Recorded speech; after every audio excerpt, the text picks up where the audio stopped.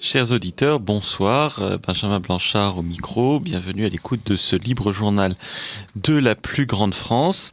Donc je vais vous donner le programme qui sera un peu, qui sera à la fois habituel pour vous, mais en même temps un petit peu étonnant de par son ordonnancement, puisque donc bien sûr je vais commencer par quelques annonces, notamment pour SOS Chrétien d'Orient, et puis ensuite nous poursuivrons notre découverte des églises d'Orient, de l'église arménienne avec Henri de Villiers. Je crois que nous allons terminer cette fois, si Dieu le veut, pour l'Arménie, mais voilà, et puis en seconde partie, ce sera Henri qui prendra ma place et qui en fait nous recevra Charles de Meyer et moi-même au sujet du livre que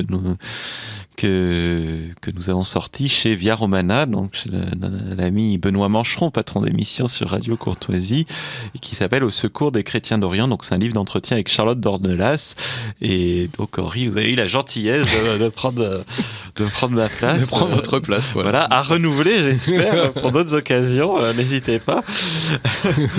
Et donc voilà. Donc pour commencer, quelques annonces pour SOS Chrétien d'Orient. Alors, tout d'abord, la soirée du mois de juin. Chaque année, on fait un événement un événement grand public à la fois de sensibilisation. Alors, on essaye que ça soit autour des chrétiens d'Orient, ou alors un événement pour se rassembler et lever des fonds pour des projets.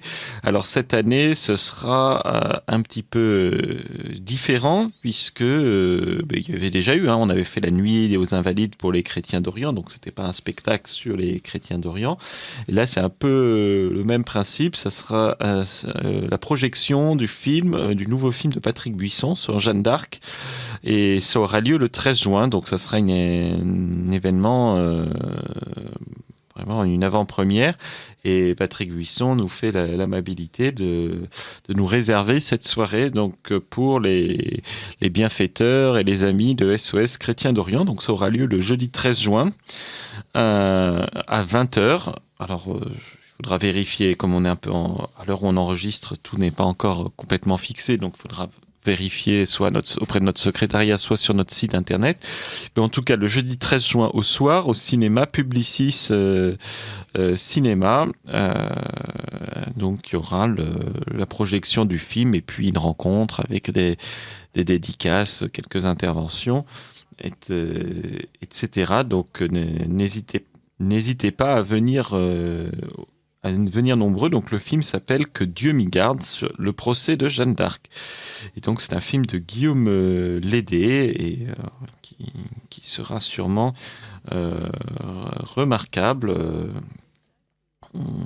puisque si l'on en croit les précédents films de Patrick Buisson. Donc voilà, j'ai retrouvé l'horaire. Ça sera donc le jeudi 13 juin au Publicis Champs-Élysées, donc 129 avenue des Champs-Élysées dans le 8e, à 20h30, et donc ça sera en présence de Patrick Buisson également. Alors si vous voulez, il y a un cocktail privé dès 19h, donc vous pouvez vous inscrire bien sûr, soit en appelant au secrétariat de SOS Chrétien d'Orient, 01 83 92 16 53, 01 83 92 16 53, soit par courrier électronique camille.vautier, VAUTHIER, @soschrétiendorient.fr, soit sur notre site internet soschrétiendorient.fr. Et je précise que les bénéfices récoltés serviront à reconstruire le village autonome chrétien que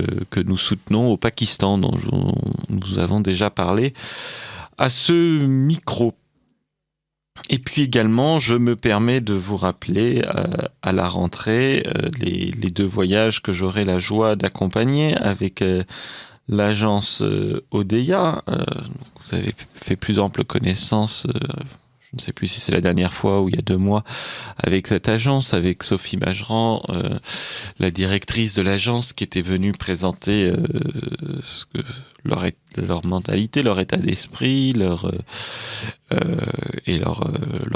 produits. Donc le prochain voyage que j'accompagnerai avec SOS Chrétien d'Orient, ce sera la Syrie, du 9 au 19 septembre. Donc du lundi 9 au jeudi 19 septembre en Syrie. Donc il reste encore des places, mais dépêchez-vous de vous inscrire, ça s'est rempli très très vite. Donc donc vous allez sur le site odeya.fr ou vous appelez l'agence Odeya et puis le second voyage, c'est un voyage au Liban qui sera du 14 au 20 octobre. Donc là aussi, ça fait la 4e édition ou 3e édition, je ne sais plus, de ce voyage que j'accompagne. À chaque fois, il y a des petits changements, des petites améliorations, puisque à chaque fois, je vois des choses qui me sembleraient mieux pour les participants.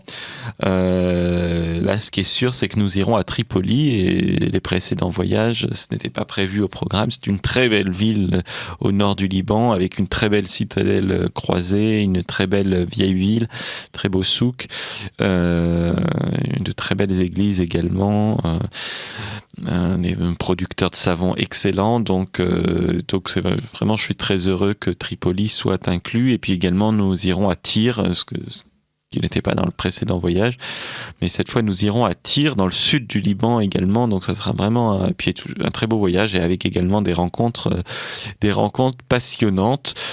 Et puis également, bien sûr, en Syrie, 9 au 19 septembre, également beaucoup de rencontres et également des lieux nouveaux, puisque nous irons à Hama, à Homs, à Alep, tous ces lieux qui n'étaient pas dans le précédent voyage de mars. Mais bien sûr, on continue à aller au Krak, à Bosra, théâtre de Bosra, et à Palmyre. Donc voilà, ça sera vraiment... Et puis avec, bien sûr, la nuit chez l'habitant à Maloula, qui est un peu le clou du pittoresque du voyage.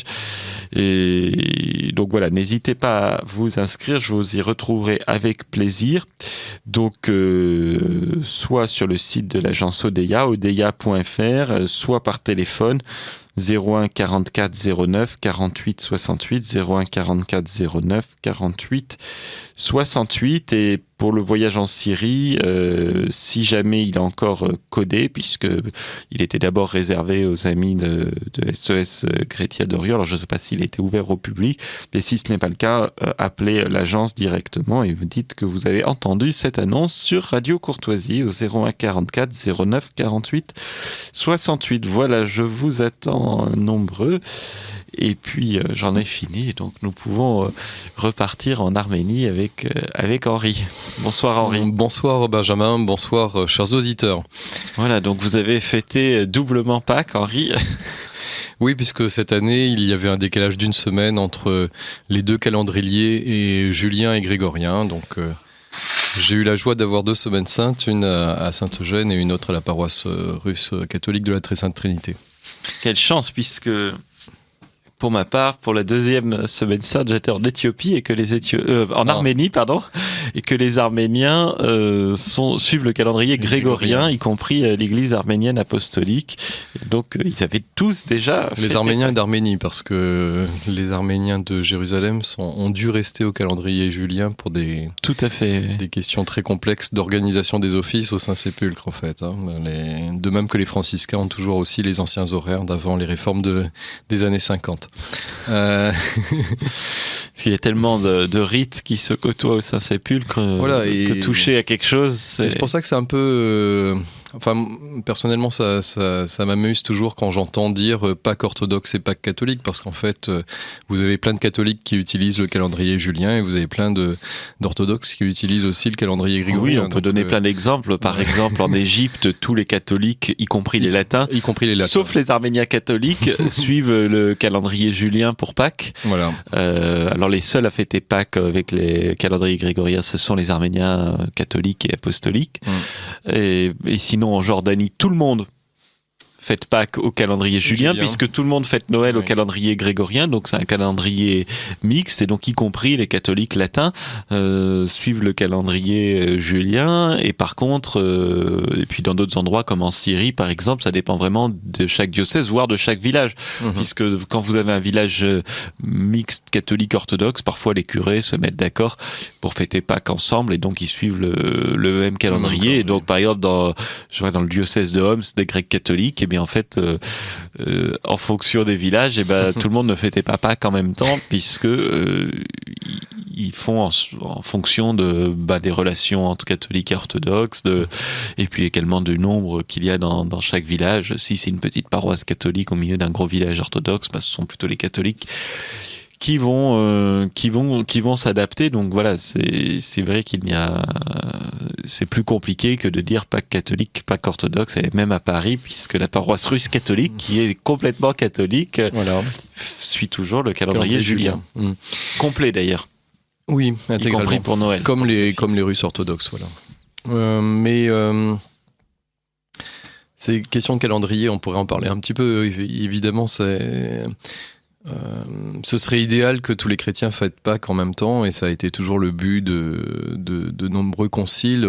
C'était déjà une question qui était débattue au IIe siècle, où il y avait une grande crise sur le calcul de la date de Pâques. Ça a été résolu au concile de Nicée. Et en fait, virtuellement, on fête Pâques à la même date, simplement, enfin avec le même système de calcul. Donc pour rappel, on utilise le système de Nicée qui veut que Pâques soit fixé au premier dimanche qui suit l'équinoxe de printemps, qui suit la lune, qui suit l'équinoxe de printemps, plus exactement. Mais le problème, c'est que le calendrier julien n'étant pas accordé sur l'année solaire réelle, il y a un décalage progressif, et le pape Grégoire a essayé de rattraper ça en faisant un rattrapage au XVIe siècle pour retrouver quelque chose de plus conforme aux données astronomiques. Donc tout le monde fête avec le même calcul, mais comme l'équinoxe de printemps n'est plus à la même date dans les deux calendriers, du coup il y a un décalage, ou parfois il y a coïncidence. Ça peut aller jusqu'à 5 semaines de différence en fait. Et quand, par exemple, la France, quand est-on passé au calendrier grégorien ? Oula, vous me posez une colle. Je pense assez tôt. Les premiers pays à passer ont été les différentes principautés et royaumes d'Italie, et puis l'Espagne en fait. Donc c'est très amusant parce que Sainte Thérèse d'Avila est morte dans la nuit, alors je sais plus, du 4 au 10 octobre, quelque chose comme ça, parce qu'en fait elle est morte la nuit où en Espagne on changeait de calendrier, on est passé au calendrier grégorien. Pendant très longtemps, les pays protestants européens refusaient le calendrier grégorien parce que c'était le calendrier du pape, et donc ils préféraient être, selon la formule célèbre, en désaccord avec le soleil qu'en accord avec le pape en fait. D'ailleurs, il y a des pays protestants qui sont passés très tardivement au calendrier grégorien. Il me semble que la Scandinavie, c'est au 19e siècle. Voilà, je crois que le Danemark, c'est à la fin du 19e siècle, et même la Suède et l'Angleterre, ils sont passés très assez tardivement. Oui. Donc c'est vrai que quand par exemple, pour les dates de Noël, qui ne sont pas une question de calcul, tout le monde fête Noël au 25 décembre. En fait, on dit, mais la Noël orthodoxe ou Noël russe, qui est le 7 janvier, mais en fait, non, le Noël est bien le 25 décembre. Mais dans le calendrier julien. Voilà, donc le 25 décembre est plus tard. Et c'est bien pour ça, si vous vous souvenez de vos cours du lycée, quand on apprend la révolution russe, alors c'est la révolution d'octobre ou de novembre, qui est en novembre, etc. Donc, c'est toujours la même chose, puisque c'est une question de calendrier, et les Russes à cette époque n'étaient pas passés au calendrier grégorien.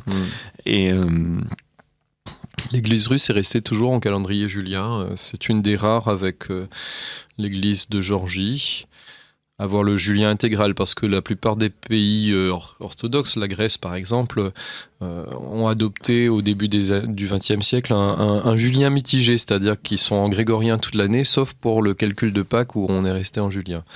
Et toutes les fêtes qui dépendent de Pâques, comme la Pentecôte par exemple, du coup restent dans ce calendrier. Oui, l'Église copte aussi, par exemple, est restée en julien strict. Alors, c'était un désir du pape Benoît XVI d'ailleurs d'avoir pour les catholiques orientaux la même date que leurs frères séparés, et donc d'essayer de tendre dans chacun des pays du Moyen-Orient et du Proche-Orient à avoir une seule date commune. Il y a aussi une autre proposition qui a été faite par un groupe d'experts et qui me paraît assez intéressante pour mettre tout le monde d'accord, puisqu'en fait on calcule l'équinoxe de printemps de façon calendaire, c'est-à-dire c'est le 21 mars point barre. Mais en fait le groupe disait qu'on pouvait respecter le compute du concile de Nicée, tout simplement en faisant plus une détermination de l'équinoxe par la date du calendrier, mais par l'observation astronomique. Et du coup, il proposait de regarder quel jour tombait chaque année l'équinoxe à Jérusalem et de refaire le calcul de Pâques en fonction de ça. Bon. C'était une solution assez originale et qui avait l'air de mettre d'accord pas mal de monde, aussi bien du côté catholique qu'orthodoxe ou autre église. Mais bon... modestement pour notre petite paroisse russe catholique de Paris, c'est très avantageux pour nous les années où Pâques n'est pas en même temps que la Pâques grégorienne, parce qu'on a plus de monde à vrai dire. Quand il y a concordance des 2 semaines saintes, malheureusement, beaucoup de fidèles vont dans leur paroisse plus habituelle, disons latine. Voilà, pour corriger ce que je disais sur le Danemark, non, c'était plus tôt, c'était au cours du XVIIIe siècle. Mais par exemple, la Grande-Bretagne, le Royaume-Uni n'y est passé qu'en 1752, donc pratiquement 2 siècles après la France, qui est passée en 1582. Pardon. Où les Pays-Bas, qui sont passés en fonction des villes soit pour ce qui était l'actuelle Belgique, donc les zones catholiques, en 1582-83, soit le Nord en 1700, donc et par exemple la Suède en 1753. Ah oui, je voyais ça plus tard. Oui. Seulement. Donc tout ça pour dire que ça ne s'est pas fait, pas fait d'un coup, et en fait, même en Europe occidentale, les 2 calendriers ont pu cohabiter pendant très longtemps. Y compris parfois à l'intérieur d'un même pays comme la Suisse, où ça, pour les mêmes raisons, entre les cantons protestants et catholiques, c'est resté divisé. Ça devait être assez compliqué, oui.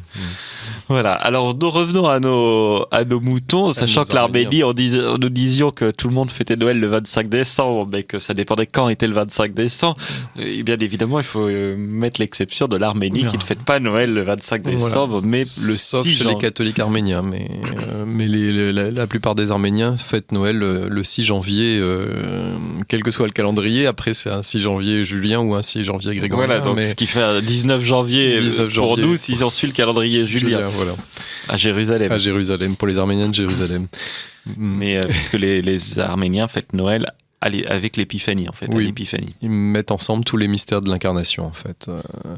Donc, est-ce qu'ils continuent l'avant jusqu'à l'épiphanie ? Oui. Donc, ils ont un avant plus long. Oui. Et en fait, c'était la disposition originelle de l'Orient, en fait. Ils ont gardé ce qui était la pratique commune à tout l'Orient avant l'année 380 de notre ère. Vous voyez, donc c'était particulièrement conservateur. On sait par exemple que le changement s'est fait progressivement en Orient, et c'est très intéressant d'ailleurs. Il y a des belles études qui sont sorties là-dessus. Saint Jean Chrysostome à Antioche rapporte que le changement, la création de la fête de Noël à Antioche, en fait, précédait de peu son épiscopat, et en fait, il donne dans un sermon des indications très intéressantes sur le pourquoi ça a été adopté. Alors, il précise bien que c'était une fête qui venait de Rome, ça tout le monde le sait, mais il précise que c'est parce que on avait pu compulser dans les archives impériales la date précise de la naissance du Christ.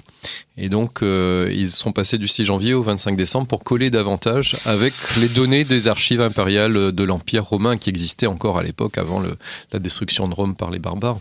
Et il y a d'autres études qui montrent que si on fait des savants calculs sur la naissance de Saint Jean-Baptiste, puisqu'on sait qu'elle précède de 6 mois la naissance du Sauveur, et la classe de prêtres qui servaient dans le temple de Jérusalem, puisque Zacharie, le père de Jean-Baptiste, était prêtre. Donc lors de l'annonce à Zacharie, il est dans le temple, il est en train de servir, et on sait par des études faites par des juifs d'ailleurs, le roulement des classes sacerdotales dans le temple à l'époque. Comme les semaines A, B, C, D sur Radio Courtoisie. Voilà. Et ça correspond tout à fait à, enfin très très probablement à une date de naissance du Christ autour du 25 décembre. Donc c'est vraiment pas du tout comme on le lit habituellement et comme beaucoup de gens le répètent bêtement, un choix de l'Église de christianiser une fête païenne, puisque d'ailleurs la fête du Sol Invictus n'était pas tout à fait la date du 25 décembre. Donc, mais l'Orient a donc adopté très vite, à partir de la fin du IVe siècle, cette fête d'origine romaine, avec la preuve que Rome possédait des éléments tangibles permettant de fixer cette fête à cette date-là. Donc voilà, un élément très intéressant. Mais les Arméniens étaient un peu déjà dans leur montagne et peut-être ont-ils préféré garder l'usage plus ancien. Bon. Alors, la dernière fois, nous étions arrivés jusqu'au préparatif de la communion. Voilà. Donc dans on notre était liturgie arménienne, dans la messe, la Sainte Messe arménienne. Le prêtre avait présenté les saintes espèces, le rideau s'était ouvert, et puis il l'avait présenté. On avait vu toute l'anaphore, tout le récit de l'institution, de la consécration, l'épiclèse, l'élévation des saints dons, et en fait, on arrivait à la communion. Et donc je reprends, on avait fini un peu ex abrupto, pressé par le temps la fois précédente. Je pensais arriver au bout de cette messe arménienne, mais bon, finalement ça nous laisse un peu plus de temps pour parler de la communion, et on verra qu'elle est vraiment très très très originale et unique dans le monde chrétien, la façon dont la communion est distribuée. Oui, parce que c'est une des grandes richesses de Radio Courtoisie, c'est que nous pouvons prendre le temps. Voilà. Alors avant cette communion, il y a quand même un élément fondamentalement intéressant, qui est une confession générale des péchés. Et en fait, c'est une intuition qui arrive très très vite et très tôt dans toutes les liturgies. C'est de faire une ultime demande de pardon à Dieu avant de recevoir son corps et son sang, en fait. On reconnaît nos péchés, on confesse nos péchés, et on le fait juste avant la communion parce que on se rend bien compte qu'on est de toute façon indigne de recevoir ce don précieux et de recevoir Dieu lui-même dans cette communion. C'est une intuition qui existait jusqu'en 1960 aussi dans le rite romain, qui a été supprimé puisqu'on faisait le confiteor une troisième fois. Une troisième fois, juste avant la communion des fidèles. Et ce troisième, pardon, je dérive, mais ce troisième confiteor dans le rite romain, pourquoi n'est-il pas même dans les missels d'avant 1960 Parce qu'en fait, il n'est jamais marqué. Il n'est pas dans les rubriques. Il n'est jamais marqué parce qu'en fait, il fait partie du rituel de la distribution de la communion, qui ne fait pas lui-même, très curieusement, partie du rituel de la messe, en fait. Et sous-entendu qu'une messe peut être faite sans distribuer la communion aux fidèles, ce qui était le cas dans beaucoup de circonstances autrefois. Mais ce confiteor apparaît dans le rite romain assez tôt, au moment des croisades. Alors là, qui a influencé l'autre ? C'est la grave question. Est-ce que c'est les Arméniens qui ont influencé les Latins ? Ce que personne ne pense spontanément. On pense toujours que c'est les Latins qui ont influencé le rite arménien au moment des croisades. C'est pas si évident. Il est possible que les influences aient marché et fonctionné dans les deux sens. On en reparlera pour le dernier évangile, puisqu'il existe aussi dans le rite romain comme dans le rite arménien. Alors lequel a inventé cette histoire un peu curieuse du dernier évangile, ça c'est un peu complexe. Toujours est-il que les traces historiques apparaissent au même moment des deux côtés, donc c'est un peu difficile de voir qui a pu donner l'idée à l'autre en fait. C'est pas une exception en Orient. On a des prières de préparation à la communion dans le rite byzantin qui sont très belles. On y reviendra quand on étudiera ce rite. Et puis il y a aussi des préparations à la communion. On récite par exemple le Miserere, le psaume 50 dans le rite assyro-chaldéen. En tout cas le réciter puisque ça a été supprimé dans la dernière réforme. il y a toujours cette intuition de demander pardon immédiatement avant. Alors là, ça va être assez solennel dans le rite arménien. Il y a plusieurs étapes. Le diacre va faire une confession des péchés et puis le prêtre va faire une confession générale au nom de l'assemblée, en fait, des fidèles. Alors, puisqu'on a le temps, on peut peut-être lire cette confession. C'est assez général, hein, puisque c'est pas une confession particulière. Est-ce qu'il y a eu une confession particulière et publique au départ ? C'est pas impossible non plus. Certains auteurs le pensent. Et je rappelle que vous écoutez Radio Courtoisie, le libre journal de la plus grande France, et que nous sommes, comme toujours dans cette première partie, à la découverte des églises d'Orient, en Arménie, en plein cœur de la messe arménienne, juste avant la communion, avec Henri Adam de Villiers, maître de chapelle de la Schola Sainte-Cécile et de la paroisse russe catholique de la Très Sainte Trinité. Donc voici donc le dialogue qui s'établit avant la communion, qui est donc une confession des péchés. Le peuple est à genoux. Le prêtre va commencer en disant au nom du Père et du Fils et du Saint-Esprit, Amen. Le diacre peut répondre au nom du peuple. Dans certains cas, c'est le prêtre qui prend la parole aussi pour dire aussi cette confession. Et voici ce que dit donc le diacre. J'ai péché contre la Sainte Trinité, Père, Fils et Saint-Esprit, j'ai péché contre Dieu. Je confesse devant lui, devant la Sainte Mère de Dieu et devant vous, mon Père, tous les péchés que j'ai commis, car j'ai péché en pensée, par parole et par action, volontairement ou involontairement, sciemment ou sans le vouloir, j'ai péché contre toi, mon Dieu. Et le prêtre répond que Dieu t'accorde le pardon. On reconnaît là quand même la trame du confiteor latin. Comme le confiteor n'apparaît pas plus haut qu'à l'époque des croisades, on peut aussi se demander si c'est pas une reformulation latine de quelque chose qui avait été pratiqué sous les yeux des croisés par les Arméniens, ou alors est-ce que ce sont les Arméniens qui ont reçu beaucoup d'éléments, puisqu'à l'époque, on l'avait vu au début de cette série d'émissions sur l'Arménie, il y a entière et pleine communion entre les Latins et les Arméniens au moment des croisades. Le pape remet même ses insignes aux catholicos arméniens et l'instaure même comme ordinaire de tout l'Orient et avec juridiction sur tous les chrétiens d'Orient. Ce qui avait dû plaire à ces voisins voilà. Constantinople. Et donc il y a beaucoup d'influence à cette époque entre les deux liturgies. Alors on continue, la confession des péchés n'est pas finie. Le diacre dit « J'ai surtout péché par les 7 péchés capitaux, l'orgueil, la jalousie, la colère, la paresse, l'avarice, la gourmandise et la luxure. Dans leur étendue, j'ai péché contre toi, mon Dieu. » Le prêtre répond comme précédemment que Dieu t'accorde le pardon. J'ai péché surtout contre tous les commandements de Dieu, pour tout ce que j'ai entrepris et refusé, car je n'ai ni accompli ce que je devais entreprendre, ni refusé ce que je devais refuser. J'ai accepté la loi et dans son application je suis devenu faible. J'ai été admis dans les rangs de la chrétienté et j'en ai été indigne par mes actes. Tout en connaissant les choses mauvaises, j'ai failli dans ma volonté et je me suis égaré de toutes les bonnes actions. C'est ma faute, c'est ma faute, c'est ma faute. Que dire ou que confesser? Car mes péchés sont innombrables, j'ai péché contre toi, mon Dieu. Le prêtre répond aussi que Dieu t'accorde le pardon. Ou que Dieu vous accorde le pardon, puisque la même formule est pour l'Assemblée ensuite. Le diacre, révérend Père, tu es pour moi intermédiaire et intercesseur auprès de l'unique Fils de Dieu, afin qu'avec l'autorité qui t'a été donnée, tu m'absolves de toutes les traces de mes péchés, je t'en prie. Et donc voici l'absolution donnée par le prêtre. Seigneur, aie pitié, Seigneur, aie pitié, Seigneur, aie pitié, Tervogormia. Que Dieu, par sa bonté envers les hommes, t'accorde sa miséricorde et te pardonne tous tes péchés, tous ceux dont tu t'es confessé et tous ceux que tu as oubliés.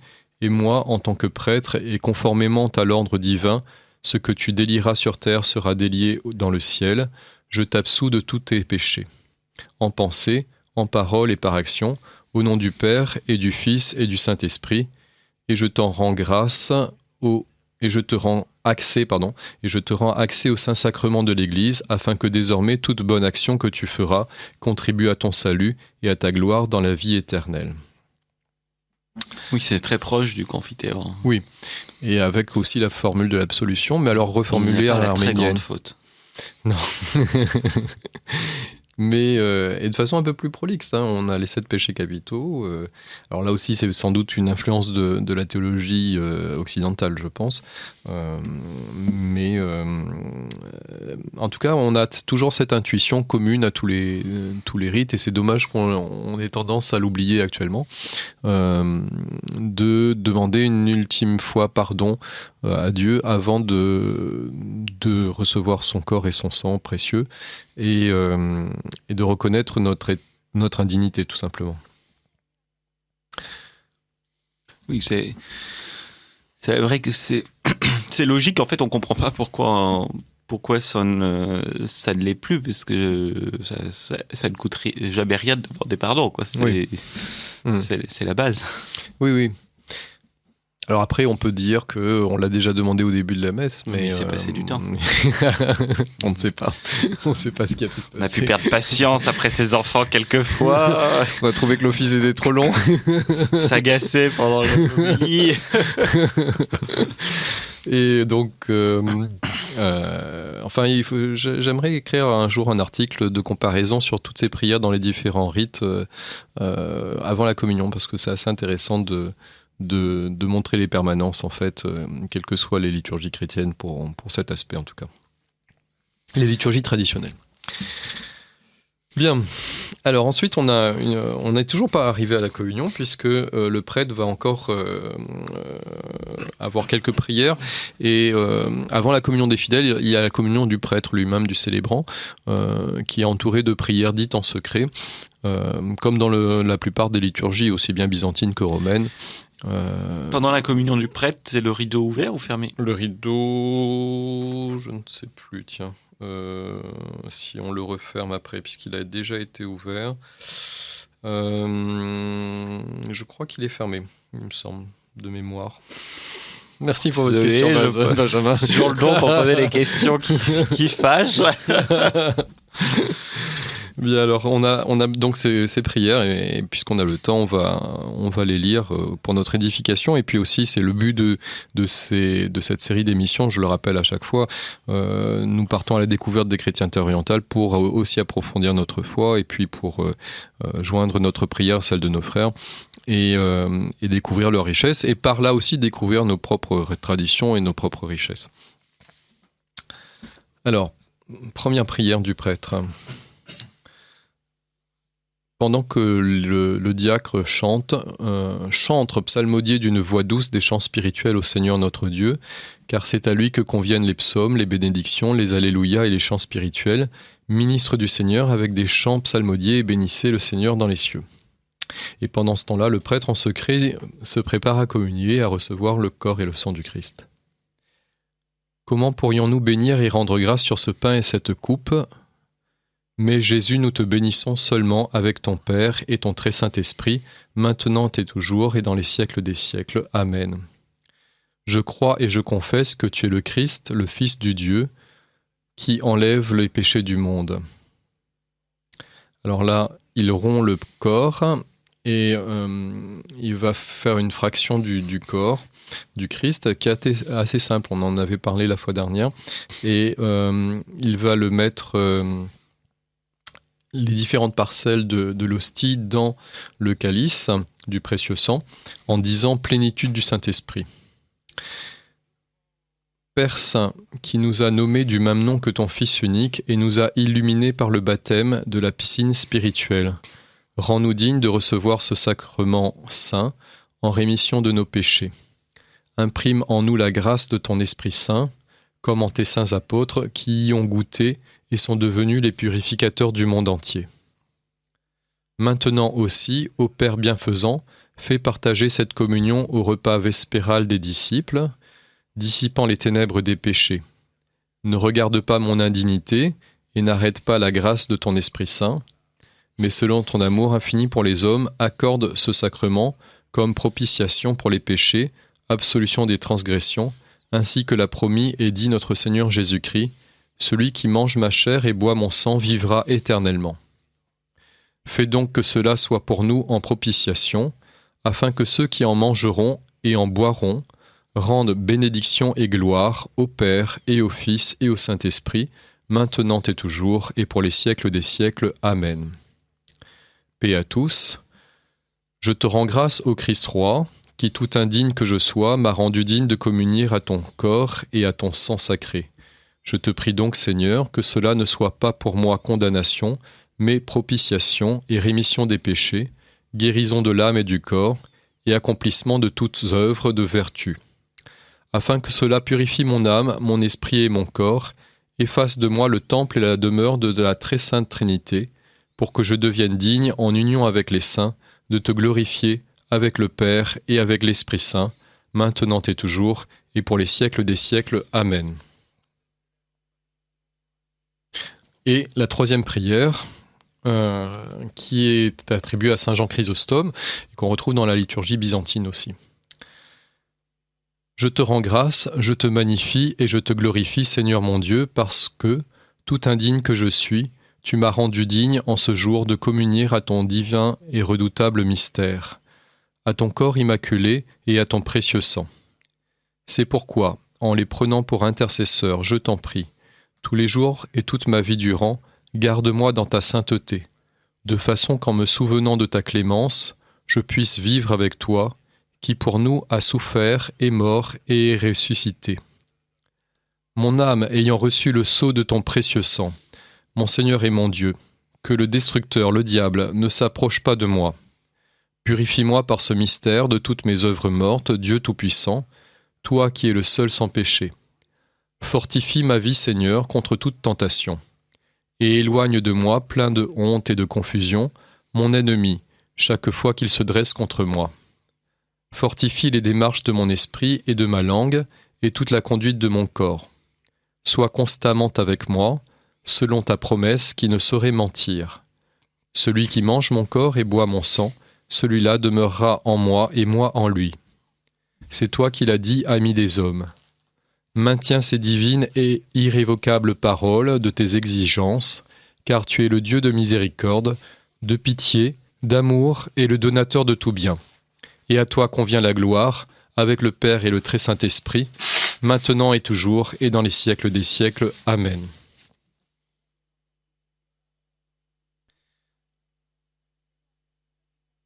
Alors c'est là où il va communier le prêtre au corps et au sang du Christ. Et il accompagne cette communion des paroles suivantes. Je crois et je confesse la très sainte Trinité, le Père, le Fils et le Saint-Esprit. Avec foi, je goûte de ceci, ton saint, vivifiant et salutaire corps, ô Christ mon Dieu, Jésus, pour la rémission de mes péchés. Avec foi, je bois de ceci, ton sanctifiant et purifiant sang, ô Christ mon Dieu, Jésus, pour la rémission de mes péchés. Et pendant la communion du clergé, pendant donc ces différentes prières, le chœur va chanter une hymne fixe, en fait, qui donc a été mise en musique, puisque toutes les parties fixes de la messe arménienne l'ont été par le Vardapet Komitas, que nous avons évoqué à chaque fois sur cette onde. Et nous allons écouter cet hymne que chante le chœur. J'essaierai de donner en même temps les traductions des différentes paroles. Et je rappelle, puisque ça a été à chaque fois demandé, je rappelle les références de cet enregistrement. C'est un très bel enregistrement. On me demande le CD, alors je ne l'ai pas, mais on le trouve facilement en ligne. Alors il faut trouver les bons termes de recherche dans Google pour pouvoir avoir cet enregistrement. Si vous tapez, alors c'est pas facile, mais ou alors vous mettez juste Komitas Vardapet. Komitas, K-O-M-I-T-A-S. Vardapet, c'est son titre, hein, c'est l'équivalent de Monseigneur, si vous voulez, docteur Vardapet. Armenian Divine Liturgy arménienne sur YouTube. Et c'est un enregistrement du Over Chamber Choir, qui, comme son nom ne l'indique pas, est un chœur arménien. Des étudiants du Conservatoire national d'État de Yerevan, qui est le conservatoire Komitas. Cet enregistrement date de 2006, il est d'une extraordinaire beauté et une très très belle prise de son. et il est placé, ce chœur, le Over Chamber Choir, sous la direction de Sona Hovhannissian. Donc nous allons écouter l'hymne que chante le chœur pendant la communion du clergé. Je ferai quelques commentaires plus liturgiques et historiques sur le texte de cet hymne par la suite.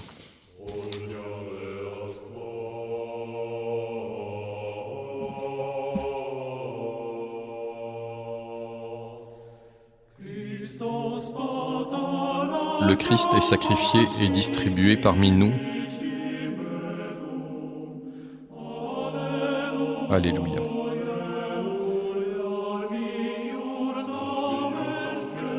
Il nous donne son corps en nourriture et verse son sang saint pour nous comme une rosée.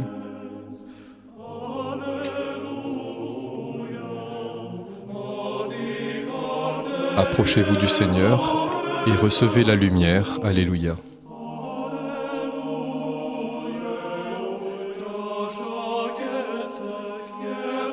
Goûtez et voyez comme est doux le Seigneur.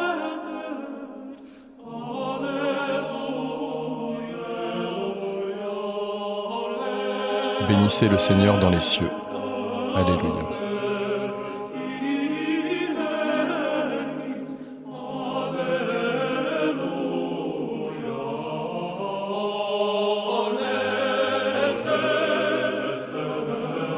Bénissez-le dans les hauteurs. Alléluia.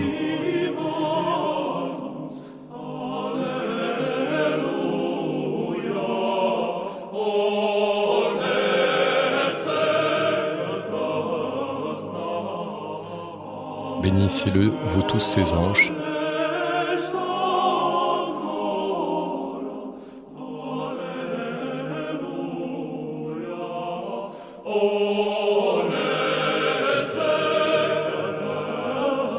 Bénissez-le, vous toutes ses puissances. Alléluia.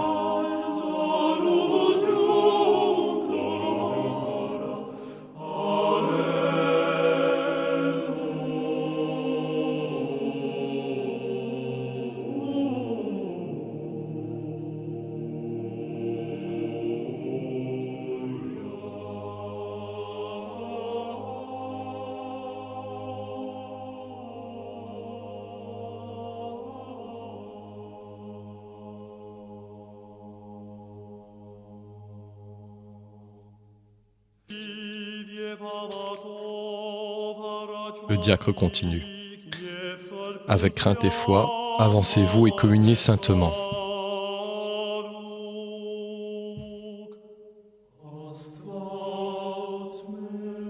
Notre Dieu et notre Seigneur nous est apparu.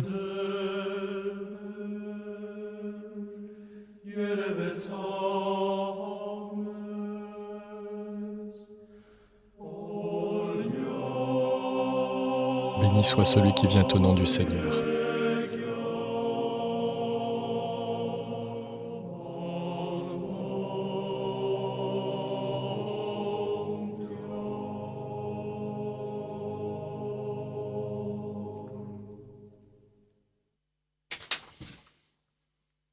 Donc vous écoutez Radio Courtoisie. Et encore une piste vraiment à la fois originale et profondément bouleversante, je trouve, de ces compositions et harmonisations des tons traditionnels arméniens par le Vardapet Komitas. C'est vraiment d'une très très grande beauté. Il y a à la fois la légèreté et la joie de recevoir, d'aller vers la communion et de recevoir le corps du Christ, et beaucoup de douceur aussi. Beaucoup de douceur et puis une réelle émotion en fait. Bon. Alors ce chant de communion, Christos Badarakial, le Christ est offert en sacrifice. En fait, il reprend probablement des aspects qui étaient chantés autrefois pendant la communion des fidèles. On a ça aussi dans le rite byzantin, c'est-à-dire que l'antienne de communion, finalement, n'a plus été chantée que pendant la distribution de la communion au clergé. Et on retrouve des éléments communs à différentes liturgies, notamment si vous êtes un peu habitué aux études liturgiques, vous avez noté que parmi les versets qui étaient chantés, il y avait le fameux « Goûtez et voyez combien le Seigneur est doux, comment est doux le Seigneur. Alléluia ». Pardon.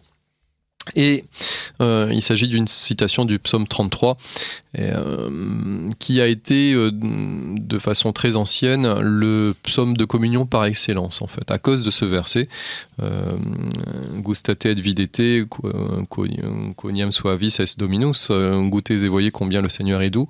Et de l'Orient à l'Occident, tous les rites manifestement l'ont employé jusqu'au IVe siècle à toutes les messes, à toutes les communions. Et il en reste des souvenirs un peu partout, et en particulier ici avec la reprise de ce verset phare parmi ceux qui sont chantés. Le chœur chante aussi quelques versets du psaume 150, le psaume par lequel le psautier se termine dans un feu d'artifice de louange de toute la création envers Dieu. C'est une très très belle composition musicale et qui invite encore les fidèles à venir recevoir, approchez-vous du Seigneur et recevez la lumière, à recevoir donc ce sacrement terrible et tellement beau du Christ qui se donne à ses fidèles. Et le rideau s'ouvre, donc là... Donc il était fermé. Il était bien fermé. Oui, le prêtre ne communie pas, comme dans le rite byzantin d'ailleurs, le clergé communie avec le rideau tiré. Et ensuite, le rideau s'ouvre pour manifester que la grâce descend ensuite dans la nef et que le corps et le sang du Seigneur vont être distribués aux fidèles. Et on a entendu le diacre proclamer l'invitation aux fidèles de s'approcher. C'est quelque chose de très proche dans le rite byzantin. Là, on suit quasiment la liturgie byzantine en fait. Avec crainte et foi. Alors dans la liturgie byzantine c'est plutôt avec foi et amour. Approchez, avancez-vous et communiez saintement. Et le chœur répond comme dans le rite byzantin avec une formule légèrement différente. Dans le rite byzantin c'est béni soit celui qui vient au nom du Seigneur. C'est l'antienne phare, le leitmotiv en quelque sorte du dimanche des rameaux qui est repris. La liturgie byzantine, on en reparlera quand on abordera sa découverte, mais la liturgie byzantine essaie de synthétiser toute l'année liturgique, peut-être, essaie de synthétiser toute l'année liturgique dans la messe en fait, et donc l'idée est de reprendre des morceaux phares des différentes parties de l'année liturgique à certains moments. Et donc là, c'est l'acclamation des rameaux. Béni soit celui qui vient au nom du Seigneur, qu'on acclame parce que le Christ vient à nous. Alors plus sur un anon et plus dans Jérusalem, mais il entre dans la nouvelle Jérusalem, la Jérusalem qu'est l'Église, cette Jérusalem céleste, et il va se distribuer aux fidèles. Donc là, le prêtre va donner la communion. Le mode de communion de la liturgie arménienne, je sais que la première fois que je l'ai vu, ça m'a vraiment plus que frappé en fait. C'est très étonnant. C'est aussi inouï puisqu'on le retrouve nulle part ailleurs, dans aucun autre rite à ma connaissance. C'est que le prêtre va se mettre à genoux. Alors que d'habitude c'est plutôt l'inverse en fait. Et donc vous savez que on l'a déjà évoqué, mais le chœur des églises arméniennes est très haut par rapport au niveau de la nef. Donc souvent on met un petit coussin, le prêtre vient s'agenouiller, il tient le calice dans lequel il a rompu le corps du Seigneur, donc les deux espèces sont réunies ensemble, et avec ses doigts, ce qui est aussi assez rare puisque les Byzantins par exemple utilisent une cuillère, et l'usage de la cuillère est attesté de façon très très ancienne en Orient, puisqu'on trouve déjà des cuillères liturgiques pour distribuer la communion dès la fin du IIIe siècle. Mais là le prêtre va donc donner la communion avec ses doigts. Les fidèles se présentent devant lui. Ils vont. Et le fait qu'ils se mettent à genoux. Alors le fait qu'ils se mettent à genoux, théologiquement, c'est très fort, c'est très puissant parce qu'en quand on rentre dans une église arménienne, on comprend tout de suite pourquoi. Oui, parce que le cœur est très surélevé, donc oui. Pour atteindre les fidèles, il doit être à genoux. Ça serait quand même très difficile s'il devait se pencher. Mais au-delà de cet argument, je pense. Désolé d'être très terre à terre, chers auditeurs. Au-delà de cet argument qui est peut-être réel, mais je pense qu'il faut voir aussi une vue plus théologique, c'est que en fait, ça manifeste parfaitement la kénose, c'est-à-dire l'anéantissement de Dieu sur la croix. Dieu s'est anéanti quelque part. Il a souffert sa passion. Il est venu racheter l'homme. Et il a pris la position du serviteur. C'est aussi ce que rappelle le Christ à la scène lorsqu'il lave les pieds de ses disciples et qui se met à leurs genoux, à leurs pieds.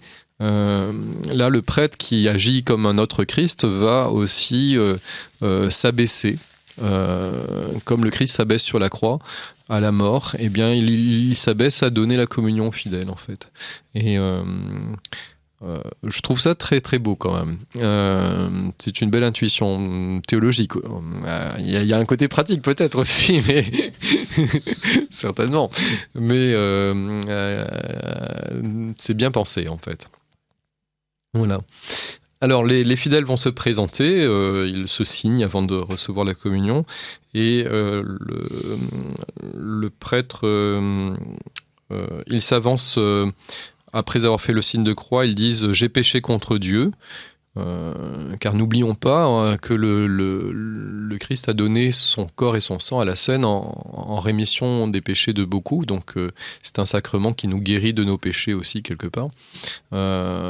Et donc le fidèle se reconnaît pécheur une dernière fois « J'ai péché contre Dieu ». Et il ouvre la bouche et le prêtre dépose directement sur sa langue une parcelle du corps précieux qui a été plongé dans le sang, et il lui dit « Le corps et le sang soient pour vous ». Et il ajoute ensuite « Puisse ceci être le pardon de tes péchés et ta grâce ». Et le fidèle refait le signe de la croix et ensuite regagne sa place en fait. Et deux acolytes tiennent une nappe de communion pour éviter que la moindre petite parcelle ou goutte puisse être perdue et tomber par terre en fait. Linge qui sera purifié éventuellement par la suite. Voilà, alors on va...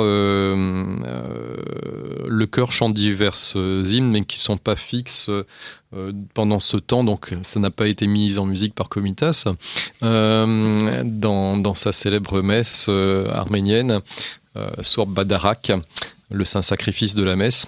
Et on passe ensuite, après que la communion a été distribuée à ceux qui se sont présentés, on passe aux prières après la communion. Donc, c'est aussi classique dans toute liturgie, on va rendre grâce, on va remercier pour les bienfaits obtenus de Dieu. Et nous allons écouter donc ces séries de prières. Alors c'est un dialogue entre le prêtre, le chœur et le diacre. Et je vais essayer aussi là de traduire cette partie de la liturgie mise en musique par Komitas.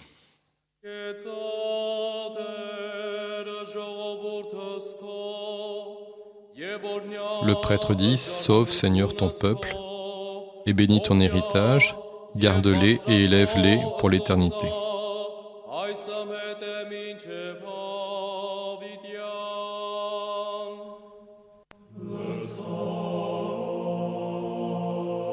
Nous avons été comblés de tes biens, Seigneur.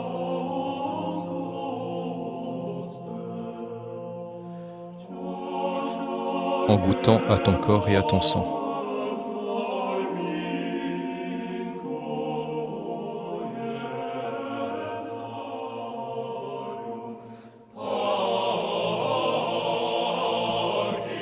Gloire dans les hauteurs, à toi qui nous nourris.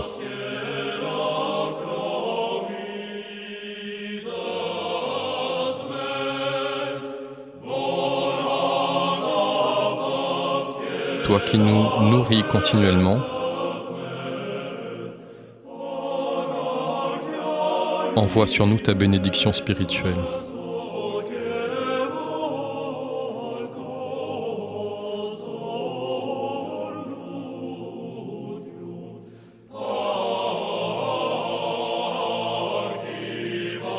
Gloire dans les hauteurs, à toi qui nous nourris.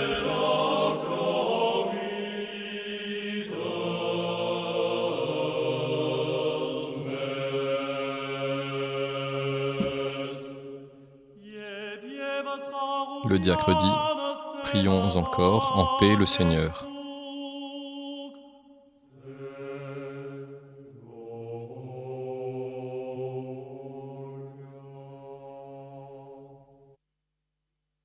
Voilà, et le chœur répond, mais vous connaissez cette réponse par cœur maintenant, chers fidèles, puisque vous l'avez entendu plein, chers auditeurs, mais fidèles auditeurs. Vous connaissez cette réponse par cœur, Ter Vogormia, Seigneur, aie pitié, Kyrie eleison, qui revient très souvent dans les liturgies orientales, et en particulier dans la liturgie arménienne, bien sûr. Alors, c'était une première antienne, une première hymne après la communion, un peu sur le modèle de ce qui existe aussi dans la liturgie byzantine au même endroit, avec un texte différent néanmoins. Et puis on va faire la fin de la messe maintenant en un seul bloc. Alors c'est un peu plus long. Mais avant, je vais rappeler que vous écoutez Radio Courtoisie, le libre journal de la plus grande France, de Benjamin Blanchard, et que dans cette première partie, nous sommes toujours en Arménie. Nous terminons la découverte de la messe arménienne avec Henri de Villiers dans notre série d'émissions à la découverte des églises d'Orient. Voilà. Et cette fin va comprendre différentes parties. Bien sûr, une bénédiction, des prières aussi. Certaines de ces prières sont à voix basse, donc on ne les entendra pas dans l'enregistrement.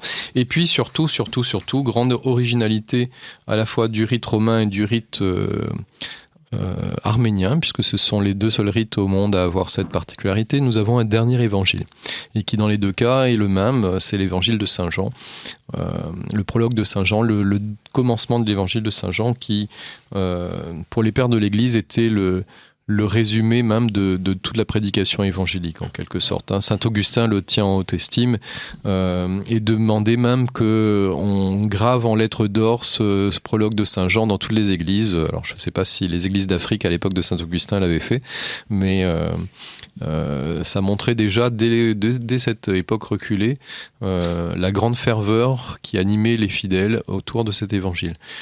Et sait-on depuis quand le rite arménien a cet évangile? Est-ce que c'est depuis le début? C'est depuis les croisades? Ça remonte aux croisades. Alors là, autant les autres aspects, le confiteur, les prières au bas de l'autel, il semblerait quand même bien sûr que ce soit les Arméniens qui les ont accommodés avec leurs contacts et leurs nombreux mariages avec les croisés. Autant le dernier évangile, c'est pas si évident que ça.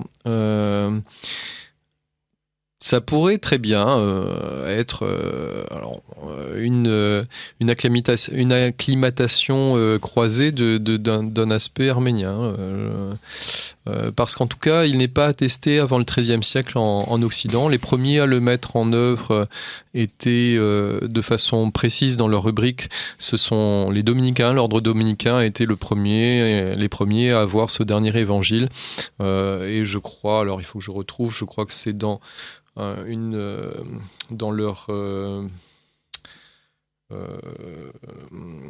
leur liturgie, c'est entré dans la liturgie dominicaine en 1256, dans l'ordinaire des dominicains de 1256. Le prêtre peut réciter ce prologue de Saint Jean, mais il n'a pas la solennité qu'il a dans la messe arménienne en fait. Donc après on peut s'interroger pourquoi choisir le prologue de Saint Jean à la fin de la messe, c'est un peu étrange.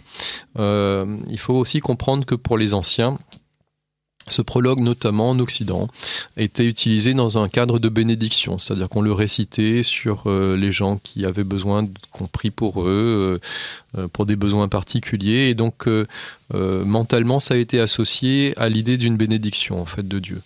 Dans la messe romaine, ça reste quand même très discret, puisque pendant longtemps, soit le prêtre le récitait mentalement en allant de l'autel et en revenant à la sacristie, soit il le disait à la sacristie, soit certains le disaient à l'autel, et en fait ça a été fixé par Saint Pie V. C'est un des rares points sur la messe romaine qui a été légiféré par Saint Pie V et qui a décidé que désormais tout le monde le dirait à l'autel encore. Mais le prêtre latin le dit à voix basse. A priori, les fidèles ne comprennent pas qu'il y a un dernier évangile, tandis que dans la liturgie arménienne, c'est un déploiement comme pour un évangile normal, avec le diacre qui chante, avec les cierges, et tout est chanté. C'est pas récité à voix basse. Donc alors nous allons l'entendre. On va écouter tout ça. Donc c'est un peu plus long que les autres pistes musicalement. Voilà.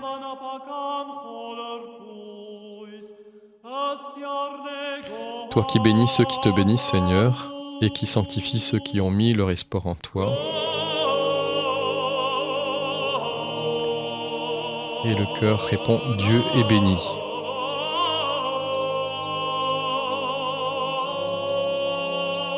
Ornial et Asvats.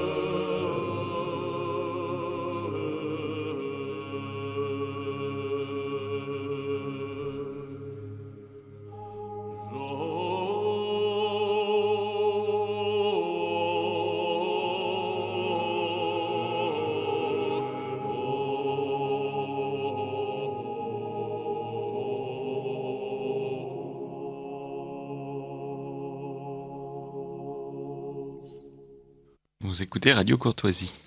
Oui, excusez-moi, chers auditeurs, en fait, j'avais oublié qu'il y avait une deuxième hymne avant les prières finales.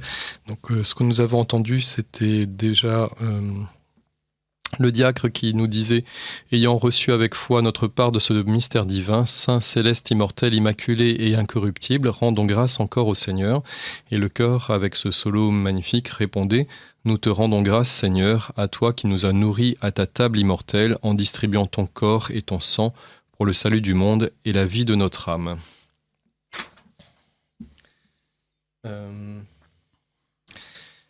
On va peut-être enchaîner avec la dernière partie donc, de la messe arménienne.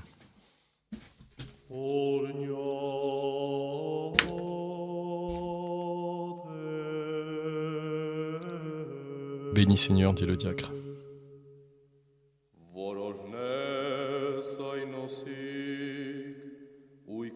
Toi qui bénis ceux qui te bénissent, Seigneur, et qui sanctifie ceux qui ont mis leur espoir en toi.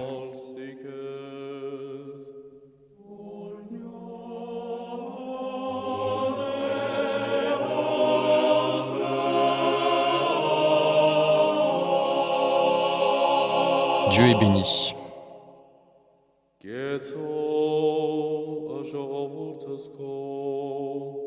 Sauve ton peuple et bénis ton héritage, garde la plénitude de ton Église.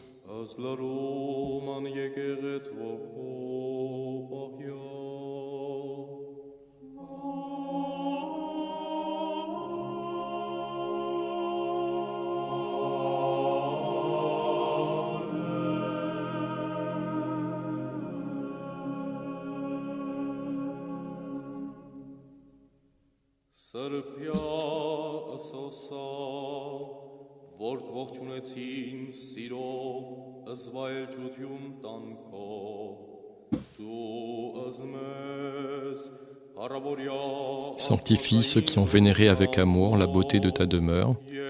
Glorifie-nous par ta divine puissance et n'abandonne pas ceux qui ont mis leur espoir en toi.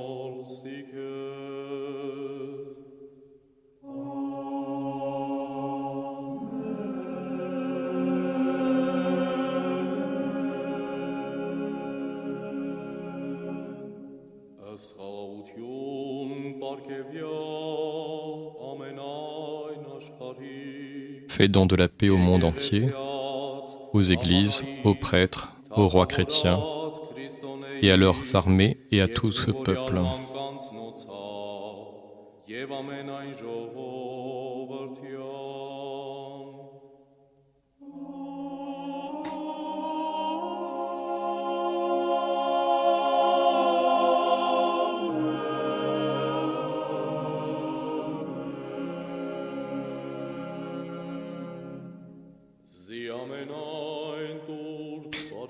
Car tous les bienfaits et tous les dons parfaits viennent d'en haut et descendent d'auprès de toi, qui est le Père de la lumière. À toi conviennent la gloire, la souveraineté et l'honneur, maintenant et toujours et pour les siècles des siècles.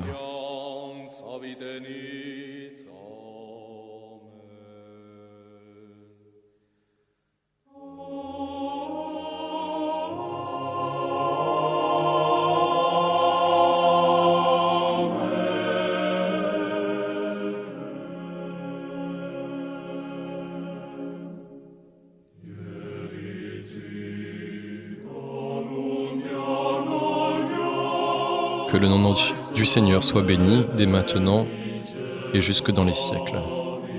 3 fois.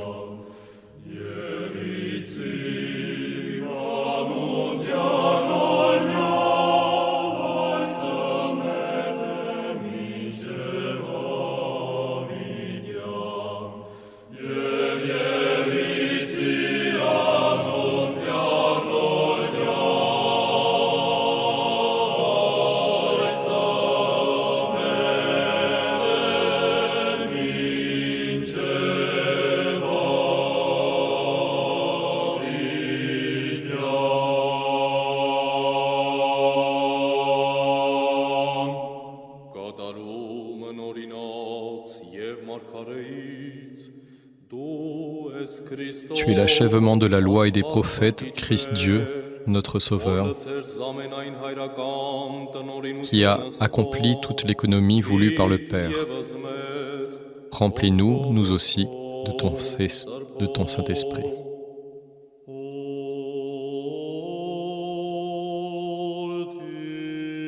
Le diacre dit sagesse, ortie en grec. Et à tous.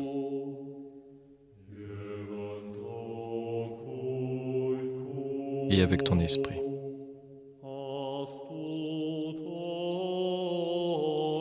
Écoutez avec crainte.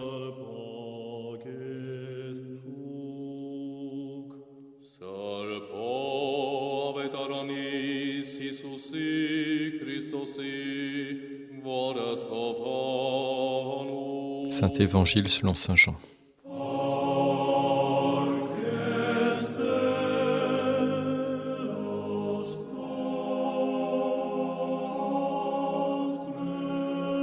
Gloire à toi, Seigneur notre Dieu.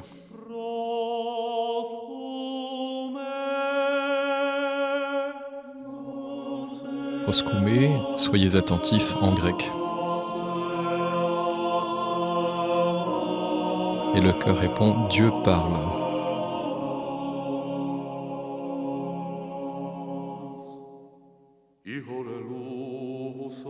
Du Père de la lumière. Au commencement était le Verbe, et le Verbe était auprès de Dieu. Le Verbe était Dieu. Il était au commencement auprès de Dieu. Tout fut par lui, et sans lui, rien ne fut. De tout, il était la vie, et la vie était la lumière des hommes. Et la lumière, lui, dans les ténèbres. Et les ténèbres ne l'ont pas reçu. Parut un homme envoyé de Dieu. Son nom était Jean. Il vint comme témoin pour rendre témoignage à la lumière, afin que tous crussent par lui. Il n'était pas la lumière, mais le témoin de la lumière. Et le Verbe était la lumière véritable qui éclaire tout homme. Il venait dans le monde, il était dans le monde, et le monde fut par lui, et le monde ne l'a pas connu. Il est venu chez lui, et les siens ne l'ont pas reçu. Mais à tous ceux qui l'ont reçu, il a donné pouvoir de devenir enfants de Dieu,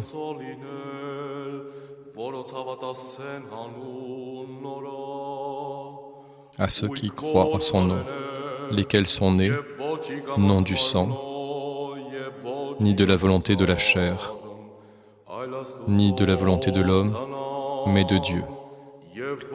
Et le Verbe s'est fait chair, et il a demeuré parmi nous. Et nous avons vu sa gloire, gloire qu'il tient de son Père comme Fils unique, plein de grâce et de vérité.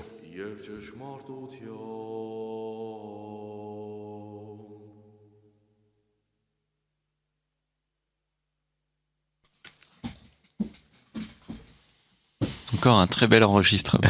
Oui. Cette messe de Komitas. Oui, fabuleux. Je rappelle les références. Donc, il s'agit de l'enregistrement de la messe arménienne, Armenian Liturgies. Désolé, mais c'est les termes à taper sur YouTube si vous voulez le trouver, par le Vardapet Komitas. Et c'est un enregistrement du Over Chamber Choir de Yerevan, qui date de 2006. C'est la fin du reste de cet enregistrement. Il y a encore quelques prières après, mais et d'ailleurs, j'ai été frappé en Arménie, lors de mon court séjour en Arménie, pour SOS Chrétiens d'Orient. Nous étions bien sûr aussi dans des villages au fin fond de la campagne, des zones un peu d'ailleurs désertées, hélas, parce que je crois que l'économie ne s'est toujours pas, en tout cas, beaucoup de difficultés à se reconstruire après la fin de l'Union soviétique. mais j'ai été frappé par l'enseignement de la musique. Oui. Et ça m'avait déjà marqué en 2008 quand j'y étais allé pour des vacances. Et en fait, au fin fond des villages, on entend les enfants qui répètent au piano ou au chant ou à d'autres instruments. Et d'ailleurs, nous avons visité un orphelinat à Gyumri. Et en fait, pendant la visite, il y avait toute la classe je crois que c'était les jeunes filles, étaient en cours de musique et en fait, ils étaient en train de répéter le cantique de Jean Racine. Donc c'était très touchant parce que c'est vraiment une ville qui est pas en très bonne santé économique, Gyumri. Alors. Globalement, je crois que l'église arménienne est la meilleure église au monde, aussi bien catholique ou apostolique, pour le soin apporté à la qualité de la musique vocale, en fait. Et les enfants sont éduqués très tôt à la beauté de la liturgie et à la beauté du chant liturgique. Et du coup, ça génère une pléthore d'excellents chanteurs, aussi bien d'opéra que de musique sacrée. Et c'est vrai que même à Yerevan, qui est pas une grande ville, si on compare aux d'autres capitales européennes, mais il y a un grand opéra, il y a la salle de l'orchestre philharmonique, il y a énormément de salles de concert, etc. On voit que les Arméniens aiment beaucoup la musique. Et derrière ça, en fait, c'est le travail de l'Église sur des siècles qui a toujours exigé une très haute qualité musicale pour ses offices, et souhaitons que ça continue. Alors le prêtre va distribuer la communion, le pain béni après ce dernier évangile. D'ailleurs, le dernier évangile change. C'est pas tout à fait toujours le même. Comme dans le rite romain avant 1960 aussi, il pouvait changer. Et les jours où on faisait la mémoire dans le rite romain d'une autre fête, on lisait l'évangile de cette fête à la place du dernier évangile. Alors pour les Arméniens, ça varie pas tant que ça, mais justement nous sommes en temps pascal et en fait le dernier évangile pendant le temps pascal est légèrement différent. Il s'agit de quelques versets du chapitre 21 de Saint Jean que je peux lire. Après qu'ils eurent dîné, Jésus dit à Simon-Pierre, « Simon, fils de Jean, m'aimes-tu plus que ceci ?» Pierre lui répondit, « Oui, Seigneur, tu sais que je t'aime. » Jésus lui dit, « Paie mes agneaux. » Il lui demanda de nouveau, « Simon, fils de Jean, m'aimes-tu » Pierre lui répondit, « Oui, Seigneur, tu sais que je t'aime. » Jésus lui dit, « Paie mes agneaux. » Il lui demanda pour la troisième fois, « Simon, fils de Jean, m'aimes-tu » Pierre fut touché de ce qu'il lui demandait pour la troisième fois, « M'aimes-tu » Et il lui dit, « Seigneur, tu sais toutes choses, tu sais que je t'aime. » Jésus lui dit, « Paie mes brebis. » En vérité, je vous le dis, lorsque tu étais plus jeune, tu te saignais toi-même, et tu allais où tu voulais. Mais lorsque tu seras vieux, tu étendras tes mains, et un autre te ceindra et te mènera où tu ne voudrais pas. Or il dit cela pour marquer par quelle mort il devait glorifier Dieu. Et après avoir ainsi parlé, il lui dit « Suis-moi ».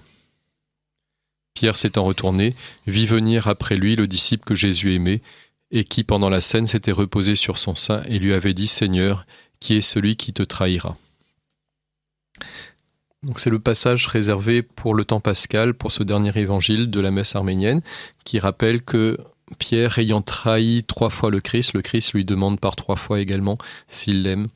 Et c'est un beau passage. C'est aussi le souvenir que traditionnellement toutes les liturgies chrétiennes lisent ont lu pendant le temps pascal l'évangile de Jean, en fait. C'est toujours le cas dans la liturgie romaine ? Oui, la plupart des péricopes du temps pascal sont choisis dans l'évangile de Jean.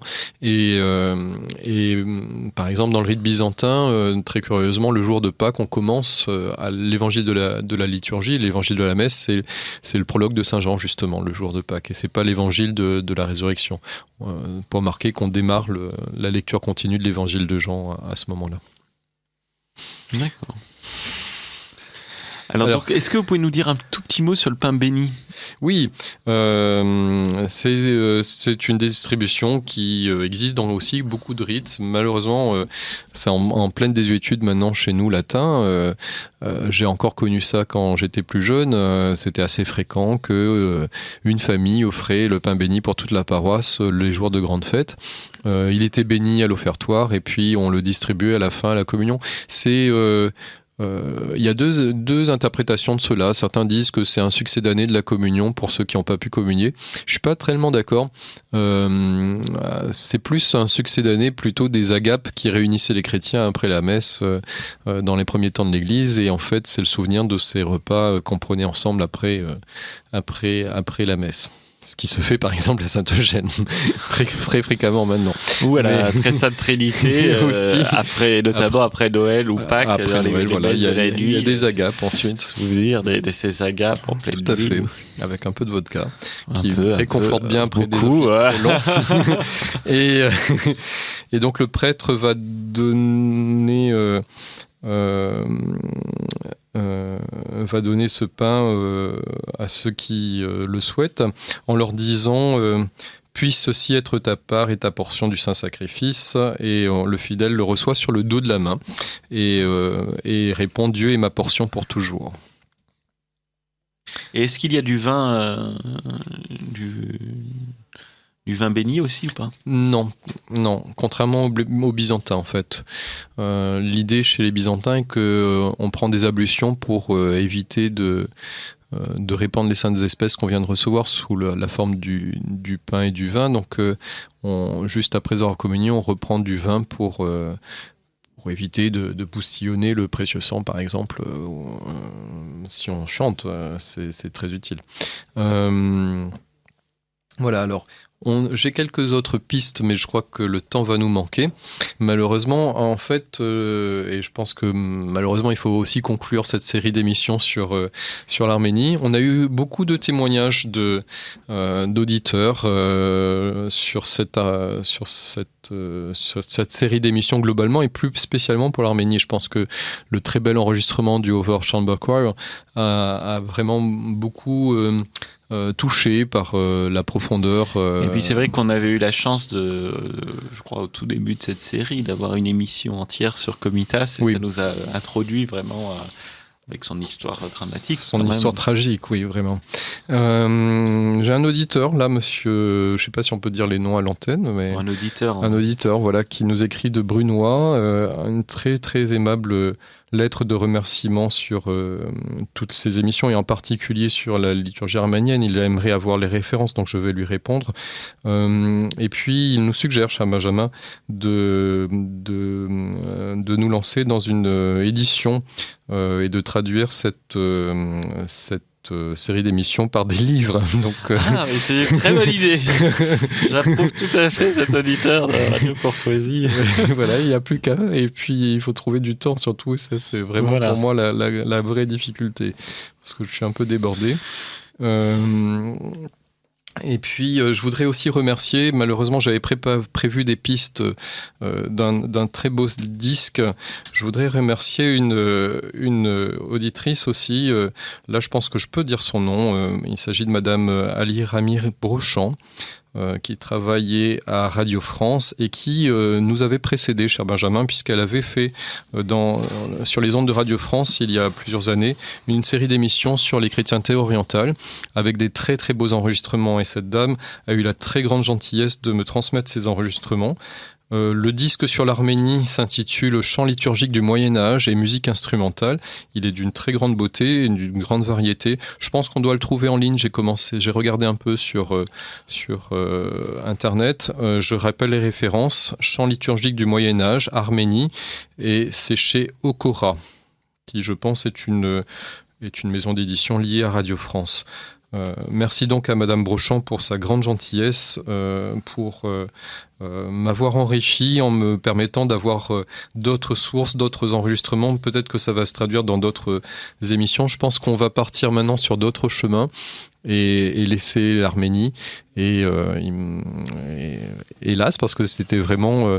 C'était une très belle année en votre compagnie, Henri, en Arménie, puisque je crois que nous avons commencé en septembre, si la mémoire est, oh mon Dieu. est fidèle. Et pour moi, ça a été vraiment une grande découverte, en fait, approfondie. Et donc, merci encore pour tout ce travail. Et je crois que les auditeurs de Radio Courtoisie, en tout cas, ont été nombreux à beaucoup apprécier. Je remercie tous les auditeurs qui ont bien voulu nous écrire, nous envoyer des messages, puisque comme vous le savez, là, ces émissions ne sont pas en direct, mais on lit toujours vos messages avec intérêt, avec plaisir. Donc voilà. Et donc je vous dis à dans 4 semaines, chers auditeurs. Henri aussi, j'espère, on verra sous d'autres cieux que l'Arménie. Et puis également, je rappelle aux auditeurs de Radio Courtoisie que je serais heureux de les retrouver à mon comptoir pour la fête de la courtoisie le 16 juin. Où il y aura de nombreux auteurs que vous avez entendus à cette émission. À dans 4 semaines, chers auditeurs, pour retrouver cette série à la découverte des églises d'Orient, mais surtout à dans quelques instants pour la suite de cette émission, et nous restons en compagnie d'Henri.